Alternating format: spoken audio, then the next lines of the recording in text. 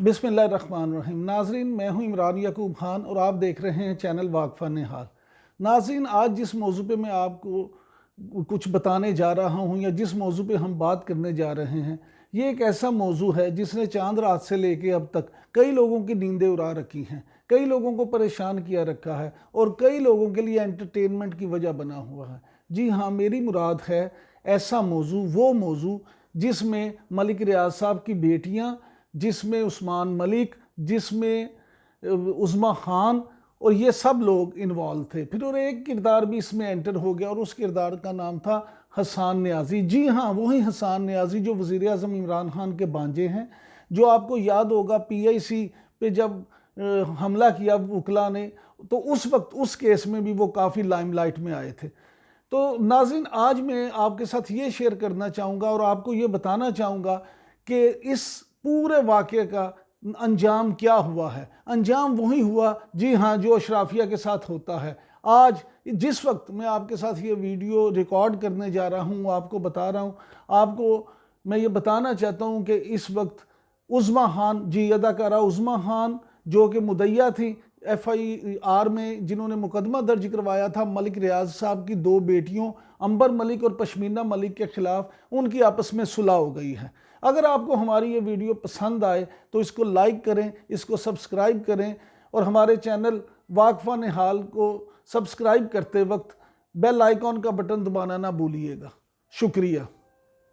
नाज़रीन, अब मैं आपको बताता हूँ कि ये सारी इंटरेस्टिंग स्टोरी हुई क्या, कैसे हुई ये सुलह, किस तरह से हुई ये सुलह, किसने किस पे दबाव डाला और क्यों अशराफिया के ख़िलाफ़ पाकिस्तान में कोई काम नहीं हो सकता। अगर उनके खिलाफ कोई मुकदमा किसी प्रेशर में दर्ज हो भी जाए तो कितनी जल्दी ये सारी चीज़ें ख़त्म हो जाती हैं, किस तरह से मशीनरी सारी मुतहरिक हो जाती है।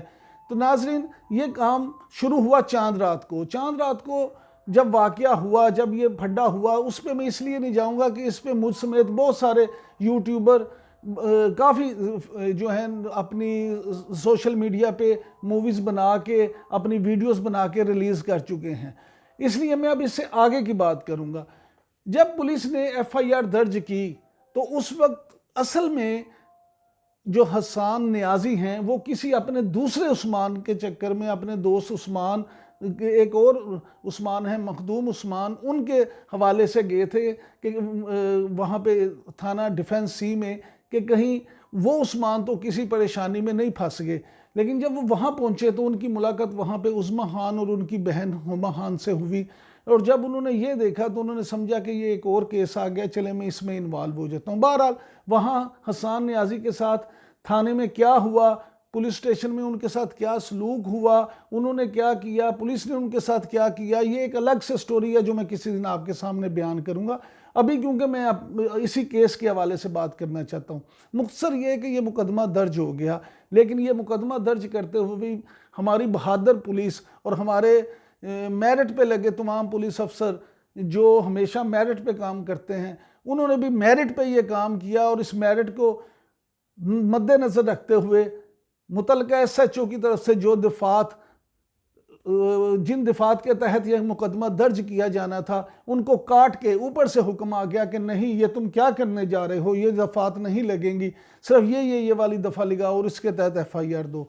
उसके बाद कुछ दिनों के बाद जब मुल्ज़मा अंबर मलिक और पश्मीना मलिक ने अपनी ज़मानत करवा ली, इस दौरान जब इन्वेस्टिगेशन पुलिस के लोगों ने तफ्तीश के लिए वहाँ जाने का रुख किया तो अभी वो रास्ते में थे तो पंजाब के एक बहुत बड़े दफ्तर से उनको फ़ोन आ गया। उनको फ़ोन करके कहा गया कि आप पंजाब के जो हैं सरबराह हुकूमत, पंजाब के जो इस वक्त सरदार हैं, जो इस वक्त पंजाब के हुक्मरान हैं, फ़ौरन उनके दफ्तर में आ जाए। पंजाब के हुक्मरान ने उस तफ्तीशी टीम को अपने ऑफिस बुला लिया और सारा दिन उनको खड़े किया रखा और उनको ये सबक दिया गया, ये मैसेज दिया गया कि खबरदार आइंदा ये गलती नहीं करनी।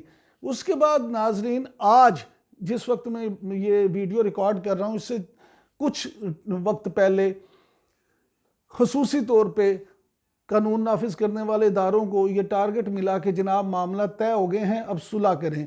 इसमें एक DSP जो कि लाहौर पुलिस के एक ऐसे DSP हैं जिनको मुश्किल से मुश्किल मामले को हल करने में भी मार का हासिल है, उनकी ये ड्यूटी लगाई गई। हालांकि उनको ये कहा गया कि ये तुमने मामला इस तरह से हल करना है, तुम्हारी सुपरविजन में ये मामला हल होगा। SHO डिफेंस सी की ड्यूटी लगाई गई कि तुमने ये काम करना है, और एक जज साहब हैं जो उनके साथ रब्ता करके ये सारे मामला कानूनी तरीके से किस तरह से करने हैं। उसमें उज़्मा खान, अदाकारा उज़्मा खान और अंबर मलिक और पश्मीना मलिक, ये सब जो हैं उनको राज़ी किया गया, सब की मर्ज़ी के मुताबिक चीज़ें तय की गई। लेकिन नाज़रीन, इसमें सबसे इंटरेस्टिंग बात यह है कि हसन नियाज़ी के हवाले से दोनों पार्टियों का मौक़िफ़ ये था कि हाँ, ये सुलह होगी जब, उस वक्त होगी जब हसन नियाज़ी इस पूरे मामले में शामिल नहीं होंगे, यानी हसन नियाज़ी को इस मामले से दूर रखा जाएगा। ये सिर्फ मलिक फैमिली का ही मुतालबा नहीं था, मेरी बात आप ज़रा गौर से सुन लें। अदाकारा उज़्मा खान की तरफ से भी यही मुतालबा किया गया था कि जिस दिन से ये हमारे साथ वक़ूआ हुआ है, उस दिन से हसन नियाज़ी साहब से हम जान छुड़वाना चाह रही हैं, तो अगर आप हमारे साथ सुलह करना चाहते हैं तो आप इस मामले से हसन नियाज़ी को अलग रखें। यही कुछ हाल मलिक साहब की तरफ से था, और मलिक रियाज की तरफ से हसन नियाज़ी को एक तौहीन अदालत का नोटिस, तौहीन अदालत कह रहा हूँ, उनको हत्तक इज़्ज़त का एक नोटिस भी जारी किया गया है। उनसे ये कहा गया है कि आप या तो 7 दिन में माफ़ी मांगें, नहीं तो इतने अरब रुपये जुर्माने के लिए तैयार हो जाएं। तो नाजरीन, अब आते हैं वापस असल स्टोरी की तरफ। जिस वक्त ये सारे मामला तय हो रहे थे, उस वक्त मुतलका पुलिस अफसरों को भी इस खबर से दूर रखा गया और कोशिश की गई कि उनको इसकी भनक भी ना पड़े कि अदाकारा उज़्मा खान को इस सारे काम के लिए राज़ी करने के लिए क्या कीमत दी जा रही है। जी हाँ, आप मेरी बात सही समझे हैं।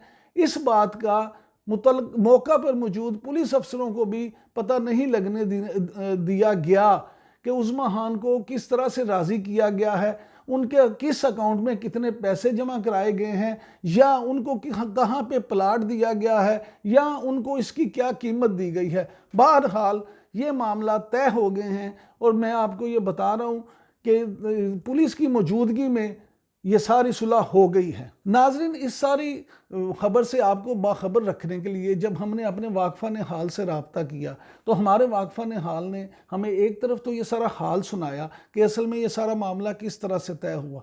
दूसरी खबर ये हमारे वाकफ़ान हाल ने दी कि ये इस पूरे वाक़े का पहला हिस्सा था। अब दूसरा हिस्सा क्या है? दूसरा इस वाक़े का हिस्सा ये है कि उस्मान मलिक, जो कि इस पूरी वाक़या के, इस पूरे वक़ूआ की मेन कॉज थे, उस्मान मलिक और उनकी बीवी, अब उनके मामला जो हैं आमना मलिक के और उस्मान मलिक के, वो किस तरफ जाएंगे, तो उसमें मैं आपको थोड़ा सा अपडेट कर दूं कि अगले 48 घंटों में ये कभी इम्कान है इस बात का कि उन दोनों की भी सुलह हो जाएगी। और ख़ानदानी जो ज़राए हैं, क्योंकि उस्मान मलिक साहब जो हैं वो मलिक रियाज साहब की बेगम और उस्मान मलिक साहब की बेगम दोनों आपस में सगी बहनें हैं, और इनकी मैंने जैसे पिछली वीडियो में भी आपको बताया था कि इनकी आपस में बहुत गहरी रिश्तेदारियां हैं, 2-2, 3-3 रिश्ते हैं। तो अब ख़ानदान के कुछ बुज़ुर्ग जो हैं वो इसमें कूद चुके हैं, और उन्होंने ये फैसला कर लिया है कि इस मामले को इसी तरह से हैंडल कर लिया जाए और ये मामला तय करके इन दोनों की भी सुलह करा दी जाए। लेकिन नाज़रीन, ये सारी बात तो हो गई, अच्छी बात है, सुलह होना बहुत ही अच्छी बात है। किसी भी माशरे में, किसी भी सोसाइटी में लड़ाई झगड़ा अच्छी बात नहीं। लेकिन इस सारे वाक़े के बाद एक सवाल जो मुझ समेत हर पाकिस्तानी के लिए बहुत अहमियत का हामिल है, वो ये है कि क्या हमारा जुडिशल सिस्टम, क्या हमारा कानूनी ढांचा हर गरीब के लिए भी इतना ही एक्टिव है? क्या हमारे यहाँ किसी आम पाकिस्तानी का अगर कोई झगड़ा हो जाए, किसी आम पाकिस्तानी के ख़िलाफ़ अगर कोई मुकदमा दर्ज हो जाए, तो उसको भी फौरी इंसाफ इसी तरह से मिलता है? क्या आम पाकिस्तानी के लिए भी पुलिस इसी तरह से काम करती है? क्या आम पाकिस्तानी के लिए जुडिशली इसी तरह से काम करती है? ये वो सवालात हैं जो हर पाकिस्तानी ना सिर्फ अब पूछेगा, उसके जहन में ये पैदा होंगे, बल्कि किसी ना किसी वक्त ये जवाब भी मांगे जाएंगे।